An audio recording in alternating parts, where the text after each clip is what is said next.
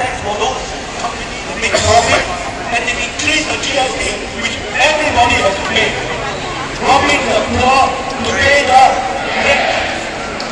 Our next speaker is a very nice, beautiful lady, Vivian. Vivian is in the media industry, and she has come to speak from the bottom of her heart. Please, Vivian, a round of applause.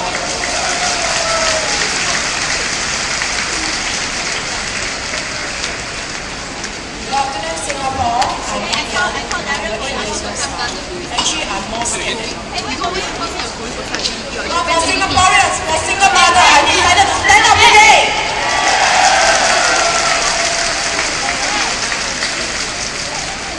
It is challenging and difficult to actually grow a kid in Singapore. Honestly, as a single parent, I don't have two income. I don't have a husband. I work hard for myself. And if you're asking about the degrees in birth rate, I cannot answer. It's not I don't want to give birth to more kids. It's because 政府抽翻啦，我回答很了。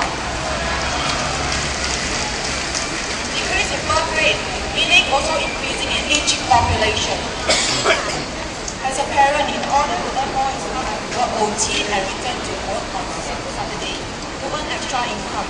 Why? I will have saving for my kids' education, tuition fee, student care fee, and a better meal for him. I would like to emphasize on the education that our kids face today. Maths questions nowadays are super tough. If you are a parent here, I can see a lot of parents here.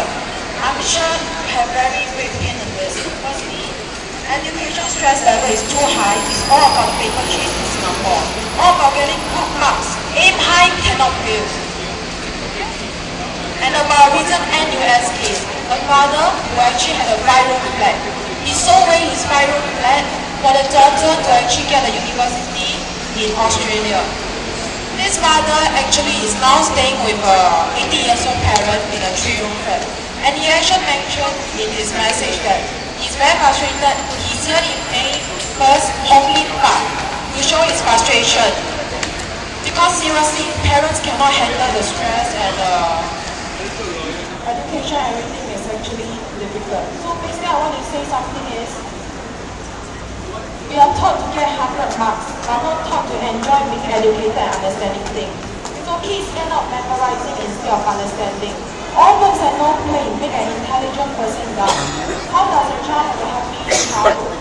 I recall when I was a child, playing with marbles, 5 stones, making sleeping room out of rubber bands are simple joy. I would like to actually share something about a single mother called Sabriwati. She's 45 years old. She gave birth to her third child alone in tears and regret. Her husband worked out on her due to a bed. Barely a month before the painful day, she was settled with her husband that payment for their 5-room flat and 3 children to bring up.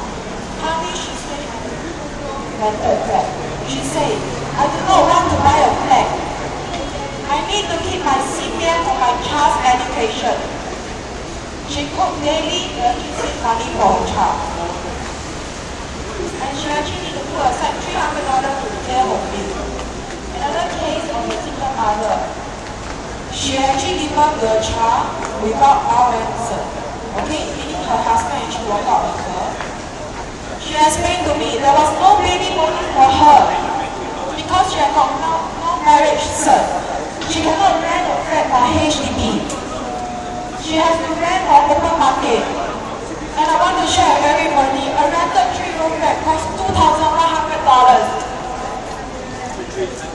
And recently, financial assistance has actually stopped on March by all the companies to the new scheme that is released on April, causing the monthly fee from 101 to shoot up to 148 per month. I would like the government to actually spare a thought for single parents, because I feel that till now, they have not helped single parents much. We contribute to population growth. We and our kids need to eat, live, study. We are also humans.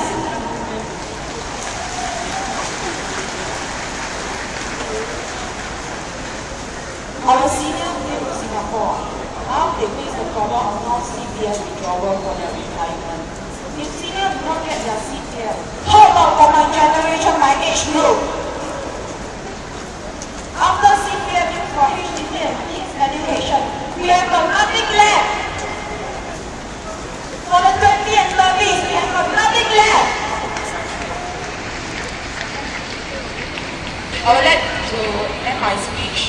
paper because the next person is an important person.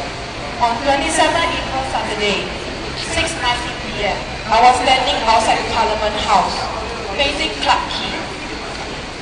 What I get to see, Singapore important building, UOB, OCBC, Singtel, Timberland.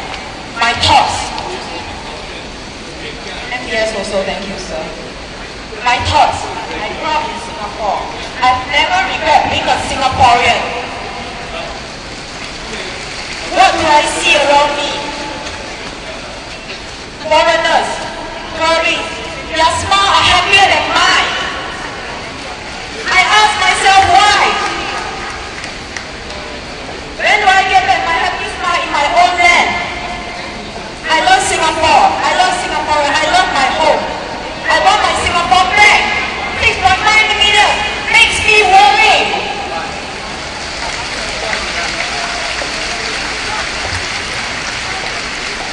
Thank you very much. Next speaker will be Mr. Tan. Thank you, Vivian. That is the frustration of a single parent who does not receive enough attention from our very caring government. Now, I'll call upon the next speaker, Mr. Tan Ji-Fei. You all know him.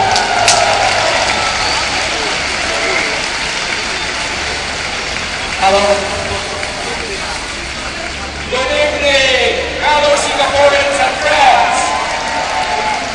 I wish we could rejoice and celebrate Labor Day today, but alas, our labors have been rubbish and mocked by a government that only takes care of the elite and the rich, people like themselves.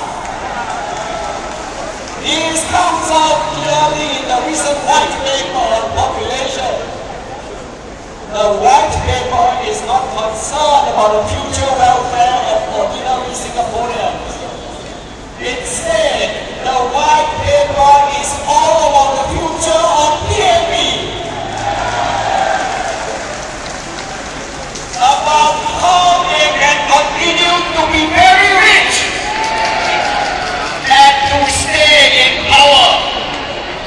They will bring 90,000 foreign workers every year to depress the wages of Singaporeans so that companies can make enormous profits and pay huge salaries and bonuses to CEOs and professionals. Ministers' salaries will also go up as they are benchmarked against the total pay of CEOs and professionals. So ministers will continue to draw million-dollar salaries even when the wages of ordinary Singaporeans go down. But when Singaporeans want to register their happiness, the PAP brings in new citizens to dilute our vote.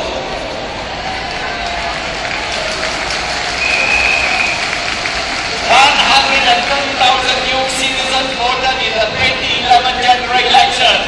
Another 125,000 new citizens bought in to vote in 2016. That's about 12% of the total vote. I want to emphasize that we are not against the foreign workers in Singapore. You can't blame for wanting to stand. You can't blame them for wanting to seek a better life and career. It is the government policy of continually importing foreign workers that we are against. We can understand why new citizens are grateful to the government. But gratitude is not servitude. It does not mean blind loyalty. You work hard to earn a living, but you will soon discover, like all citizens before you, that even then you have to struggle so hard just to feed your family and barely so. So do not work PAP just out of gratitude. Because gratitude is about the past, not the future. Work for the future, not the past. Be clear what the white paper is not about helping citizens, including new citizens. The white paper is a plot by the PAP, titled its grip on Singaporeans with the help of new citizens.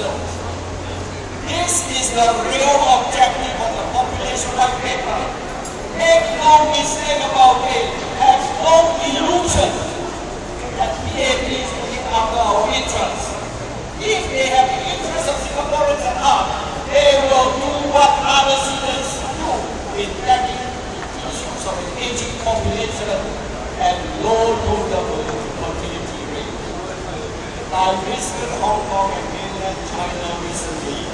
They face the same population issues as Singapore, but solve them differently by tackling the root cause directly. I had discussions with experts who are professors at the University of Hong Kong.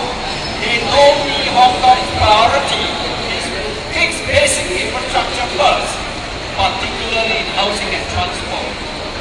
At the same time, they seek economic growth outside Hong Kong, mainly southern China, so that business firms can grow without adding strain to public facilities in Hong Kong. Here in Singapore, the PAP does the exact opposite. They're bringing more people, 90,000 foreign workers every year, before they have improved the basic facilities. So there will be more overcrowding, not less. How can this be in the interest of Singaporeans?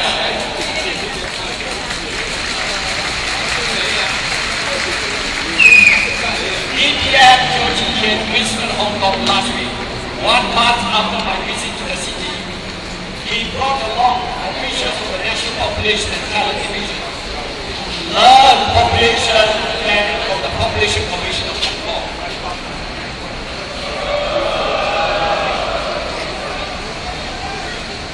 One commissioner, Mr. Paul Kim, told them, and I quote, I shared how we might be obsessed with big numbers for GDP growth, but we need to think of what people want and the need to get their support. Unquote. I hope PAP listen to what Mr. Lim said about the need to think of what people want, but don't be too hopeful. The PAP government only thinks of what they want for themselves. Whether they perform in the job or not, they take the million-dollar salaries first and leave you to pick up the crumbs. And they listen to your cries of despair over falling wages and rising cost of living, and about the difficulties of bringing up a family. If they had listened earlier and acted upon your worries, Singapore today would not have the problem of low birth rates. Because the fundamental cause of low fertility is the people's lack of confidence in the future. This has been seen all over the world throughout history. Each young couple will not think twice about having a child when it costs $900,000 to raise a child from birth to childhood, school and university, including private tuition in their school years. Who would dare to think to have a child when they do not have enough savings for their own retirement? Singapore has the highest savings rate in the world, and yet 55% of Singaporean CPF members do not have enough balances in the CPF account to pay the required minimum sum. Which Singaporean couple will be the right frame of mind to bring up a family when they work the longest hours in the world and are the world's most stressed and least emotional people? These are not just excuses for not having babies, but are real hard truths faced by ordinary Singaporeans. Will they disappear? Not under the PAP government, because these hard truths are the results of PAP's core policy.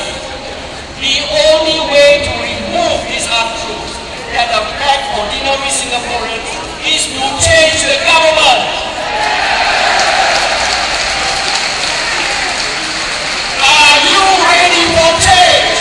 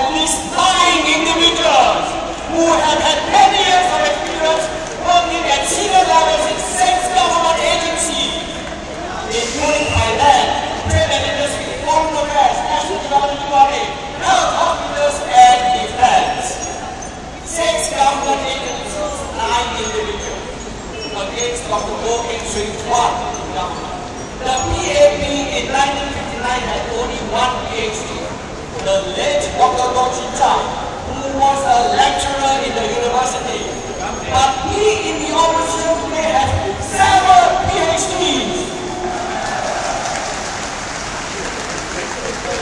of whom 3 are associate professors, including one teaching in an overseas university. In addition, we have several doctors, lawyers, economists, ex-bankers, ex-fund managers, corporate executives, and entrepreneurs. Together, there are at least 25, 30 of us with a wide range of expertise to run an effective, competent, and caring government.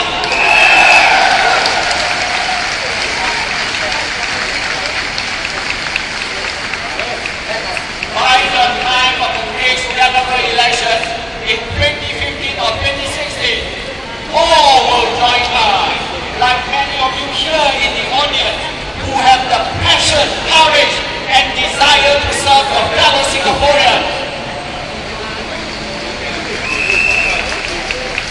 Our team will be lean, definitely not as potent as the PAP one, which has 18 ministers for 15 ministries, which means that 3 ministers are redundant.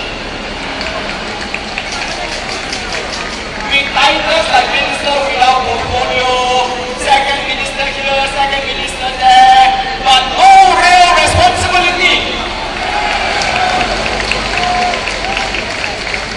In the army, we call them GD officers, GD for general duty, who are on call to do anything that no one is available to do or want to do, like attending funerals or F1 races.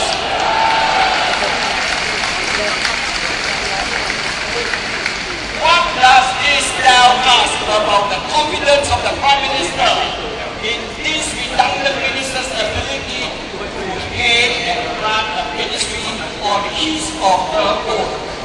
Are they just there as tokens? When the opposition forms the government, there will be no token ministers. Every minister will carry his or her own weight, because they get in under their own steam and not under the court games of some long-serving ministers.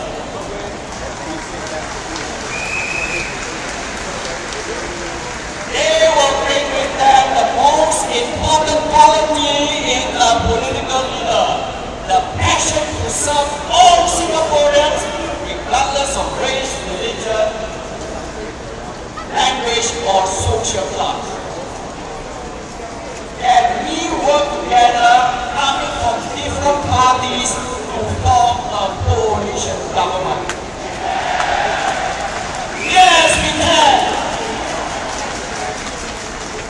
Do not let PAP frighten you into believing that coalition governments are unstable and life will be chaotic.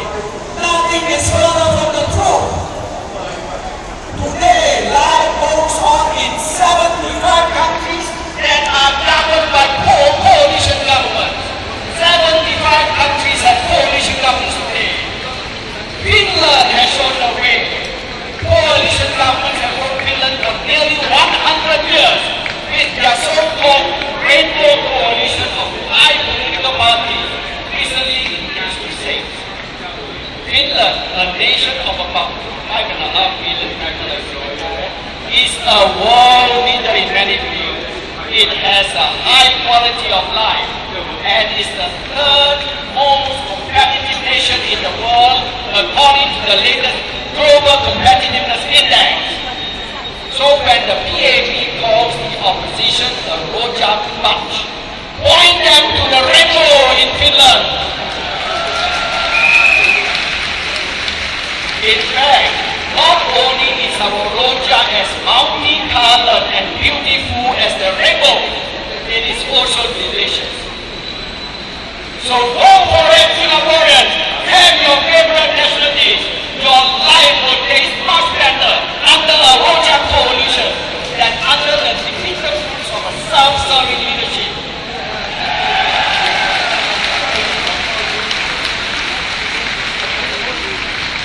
There is a saying, fortune favors the